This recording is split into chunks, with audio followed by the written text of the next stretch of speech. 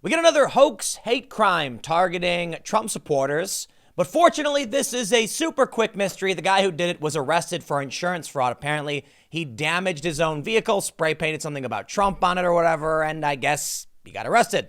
South Haven man who reported racist graffiti on vehicles charged with insurance fraud. So it feels kind of good to see that we're getting some quick justice. But we got two stories in this segment. The next one I want to talk about is kind of an inversion. I like to do this because I want to give a dose of reality to the people who think that Trump supporters are the ones going crazy. This is a guy who staged a hoax event. We'll read it. And now we have Mexican restaurant owners being harassed because they went to a Trump rally. This is common. It flows in this direction. And in sort of a commentary on the video I did earlier on my main channel, you should see it. Democrats are quitting the party elected officials to join the Republicans. This is why politics flows in one direction. On one side, you have a hoax hate crime. On the other side, you have people saying they support the president and getting their restaurant harassed for simply expressing an opinion. What do you think is going to happen? Elected officials, voters are going to say, I don't want to be involved with these people. It's fake. Let's read the first story, though, and see what's up. This is from News Channel 3, WREG. Reporting, South Haven, Mississippi, a Mississippi man was charged with insurance fraud after he reported racist graffiti had been spray painted on two of his vehicles. South Haven officers were called to Marcia Louise Drive on February 4th after a man named Trumaine Foster said he woke up to find his vehicles had been spray painted. His pickup truck had two N-word spray painted on it. A car was painted with the phrase, leave N-word and Trump. Why did they put Trump on it? That I don't get. I get if you want to put the leave and, like the N-word or whatever, but Trump? Whatever. They did it because Orange Man bad, I guess. Foster was taken into custody Friday and charged with insurance fraud and tampering with evidence. But South Haven police stopped short of explicitly saying Foster was responsible for the graffiti. Quote, that it was a hoax just kind of made us look silly, Foster's neighbor Shelby Littleton said. To make something up that just does not make sense to me, Bradley Littleton said. A woman at Foster's home Friday afternoon ignored WREG's questions before driving off in one of the cars that had been spray painted. WREG has learned Foster owns a body shop in Olive Branch. Multiple people in the automotive community tell us he specializes in painting cars. One of those people even tells us he painted his wife's car after it was spray painted. That's just embarrassing. That's absolutely embarrassing, Shelby Littleton said. In the silver lining of it, it was nice to see the neighborhood come together for one of our neighbors. That's so sad, said a neighbor who asked to remain anonymous. As of 8 p.m. Friday, Foster was still in the DeSoto County Jail. He's due to appear in court Wednesday. Okay. I got to stop for a second. Innocent until proven guilty. I will extend that much. But it certainly looks like that may be the case. People in the community think that he staged it. They don't know exactly what happened, but insurance fraud seems to be the charge. The police aren't going all the way forward with saying as much. But what I want to do here is now show you the story of Mexican restaurant owners. As I stated earlier, the point is, I see countless stories of Trump supporters harassed and attacked and berated and belittled. And whenever you see these, not whenever, but typically these crimes where apparently Trump supporters shouted MAGA country and attacked somebody, they happen to be hoaxes. So we have hoaxes on one side and actual victims on the other. The victims in this case are being harassed and rallying support from Trump supporters and conservatives. This story from Inquisitor. They say last week, the owners of a Tucson, Arizona restaurant, Sammy's Mexican Grill, Betty and George Rivas, were spotted at Donald Trump's Phoenix campaign rally in the VIP area. After a photo of the pair's appearance was posted to the Facebook group of Grupo de Palfeas, a marketplace for the advertisement of goods and services, the Arizona Daily Star reported that the restaurant drew a barrage of negative comments. From Grupo de Palfeas, the stream of negative comments moved to Yelp and Google, where Sammy's Mexican Grill continued to be attacked. Very ugly stuff. They are saying nasty stuff about the restaurant. It's always a hoax. The negative comments are fake news. The spray paint was fake news. They just make things up because these people want personal power. In the instance of the insurance fraud, what are they going to get? They're going to get cold, hard cash from the insurance company. Well, now you get locked up instead. In this instance, they want to terrorize people who hold views they don't like. Because guess what? The people who run this restaurant, I believe, Rivas, they are Latinos. You better not deviate from the tribe. You better do as you're told and bend the knee. These people are lunatics. Very ugly stuff. They are saying nasty stuff about the restaurant, said owner Jorge Rivas. As reported by KOLD, Jorge and his wife have been accused of racism for their support of Trump. It's so funny. Just yesterday, here's a quote. Just yesterday, I had a few guys say, you're racists, you're evil, you're the worst of the worst.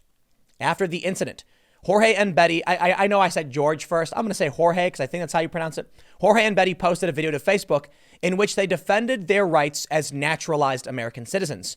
Just because we're Latinos, it doesn't mean that we have to feel like every other Latino in this country, Jorge said in the video. We are individuals and we feel that we have the constitutional right to meet and support whoever we want. Good on you. Good on you, good sir. Wendy Rogers says, Great get out the vote event today at Sammy's Mexican Grill in Catalina. We won over some undecided voters today, and everyone else is getting more people to the polls. Thank you, Sheriff Joe and Supervisor Miller, for coming as well. So I guess that's Joe Arpaio. I'm not a big fan of that guy. Not a big fan, but I can certainly defend someone's right to free speech and call out the sheer absurdity of all of these hoaxes as they look. It was not that long ago. There was some former football player. He owned, I guess, a yogurt shop and a pizza shop. And he tore out his own TV, spray painted all over the walls, things like Trump. It is the stupidest, most mind-numbing insanity. These people are so, I really want to swear right now, mind you. They are so flippin' stupid. They spray paint Trump on the wall.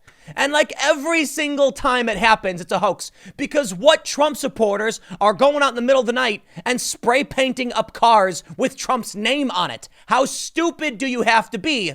Or how stupid, listen, the funny thing about this is they seriously think they're going to convince someone that a Trump supporter wanted to make sure they knew it was a Trump supporter who did it. Are you stupid? If somebody was actually going to go out and do something, why would they spray paint Trump on it? Unless it was a hoax and they wanted you to believe it was Trump supporters doing this. Inquisitor finishes the story by saying, it's not the first time the Rivases have faced backlash for the support of Trump. In 2016, Betty was invited on the stage with Trump during a March 2016 campaign rally in the Tucson area. Is it supposed to be Tucson? I don't know. Maybe I just don't know Arizona. Forgive me. Which led to hateful phone calls. Despite the pushback, Jorge says that business at Sammy's Mexican Grill has remained unaffected. Well, I got to tell you, I really wish I could go there. I don't live there, so I won't be eating there, but I'd like to. I'd like to go there and try out their food and see what an honest taste of Sammy's Mexican food tastes like. And it's not because of Trump. It's not because of a support for any politics. It's because it's a support for good old American decency, which I get. Maybe we haven't had. Maybe I'm romanticizing the past, but I at least would prefer to live in a world where you can put up a flag for whichever president you like, be it Obama, Trump, Hillary, Bernie, anybody, and I can come and sit down, we can have a conversation, and I can enjoy a nice burrito. But I'll tell you what, when I go to places and they put signs in the window that say, there's a place, okay, I don't want to call them out specifically, but they put up a safe spaces sign.